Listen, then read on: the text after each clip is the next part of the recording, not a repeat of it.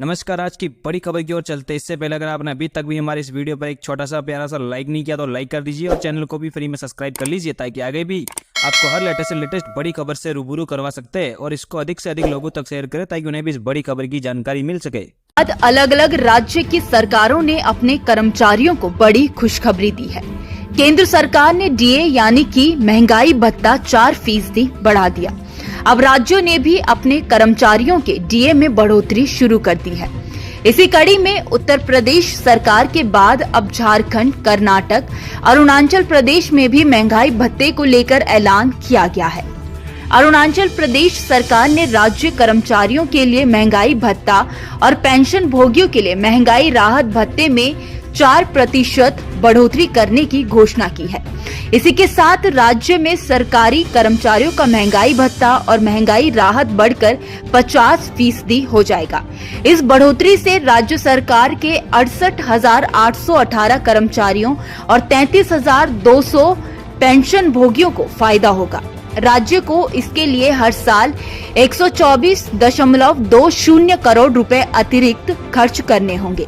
झारखंड सरकार ने भी राज्य सरकार के कर्मचारियों का महंगाई भत्ता बढ़ाकर 50% कर दिया है। अभी तक ये 46% था। इस बढ़ोतरी से राज्य के 1,90,000 कर्मचारियों और पेंशन भोगियों को लाभ होगा। इसी तरह से कर्नाटक में भी राज्य सरकार के कर्मचारियों का महंगाई भत्ता 38.75% से बढ़ाकर 42.5% करने की मंजूरी दी गई है। लोकसभा चुनाव की घोषणा से पहले राज्य सरकार ने कर्मचारियों को ये राहत दी है। मुख्यमंत्री सिद्धारमैया ने एक्स पर पोस्ट करते हुए कहा है कि इस संशोधन से राज्य पर हर साल 1,792.71 करोड़ रुपए का बोझ पड़ेगा। ये कर्मचारियों के प्रति हमारी प्रतिबद्धता को दर्शाता है। केंद्र सरकार ने हाल ही में कैबिनेट में बैठक की जिसमें 1 जनवरी से अपने कर्मचारियों के महंगाई भत्ते को मौजूदा 46% से बढ़ाकर मूल वेतन का 50% करने का फैसला लिया गया। आम चुनाव से पहले ही की गई इस घोषणा का लाभ 1 करोड़ से अधिक कर्मचारियों और पेंशन भोगियों को मिलेगा। कैबिनेट की इस बैठक की अध्यक्षता प्रधानमंत्री नरेंद्र मोदी ने की। अब अगर बात करें कि महंगाई भत्ते में बढ़ोतरी से आपकी सैलरी में कितना इजाफा होगा, तो आपको बता दें कि सैलरी का हिसाब लगाने का एक सीधा सा फॉर्मूला है। Basic pay plus grade pay into DA % equal to DA amount.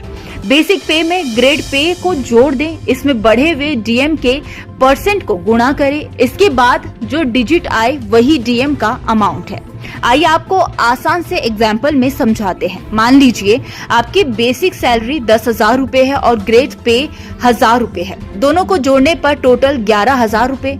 अब 50% महंगाई भत्ता है। 11,000 का 50% 5500 हुआ। अब इन सबको जोड़ दे तो टोटल सैलरी 16,500 रुपए हुई। वहीं पहले 46% डीए था। 46% के हिसाब से 1,000 बेसिक और 1,000 ग्रेड पे पर 1,660 रुपए सैलरी मिलती है, यानी कि 4% डीए बढ़ने के बाद हर महीने 440 रुपए का फायदा होगा। डीए में बढ़ोतरी से करीब 49.18 लाख कर्मचारियों और 67.95 लाख पेंशनर्स को होगा फायदा।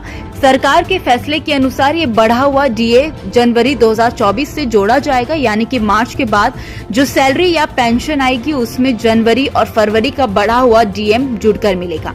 आपको ये भी बता दें कि आखिर महंगाई भत्ता होता क्या है। दरअसल महंगाई भत्ता ऐसा पैसा है जो बढ़ती महंगाई के कारण सरकारी कर्मचारियों के जीवन स्तर को बनाए रखने के लिए दिया जाता है। ये पैसा सरकारी कर्मचारियों, पब्लिक सेक्टर के कर्मचारियों और पेंशन धारकों को दिया जाता है। इसका कैलकुलेशन देश की मौजूदा महंगाई के अनुसार हर 6 महीने पर किया जाता है। इसकी गणना संबंधित वेतन मान के आधार पर कर्मचारियों के मूल वेतन के अनुसार की जाती है। महंगाई भत्ता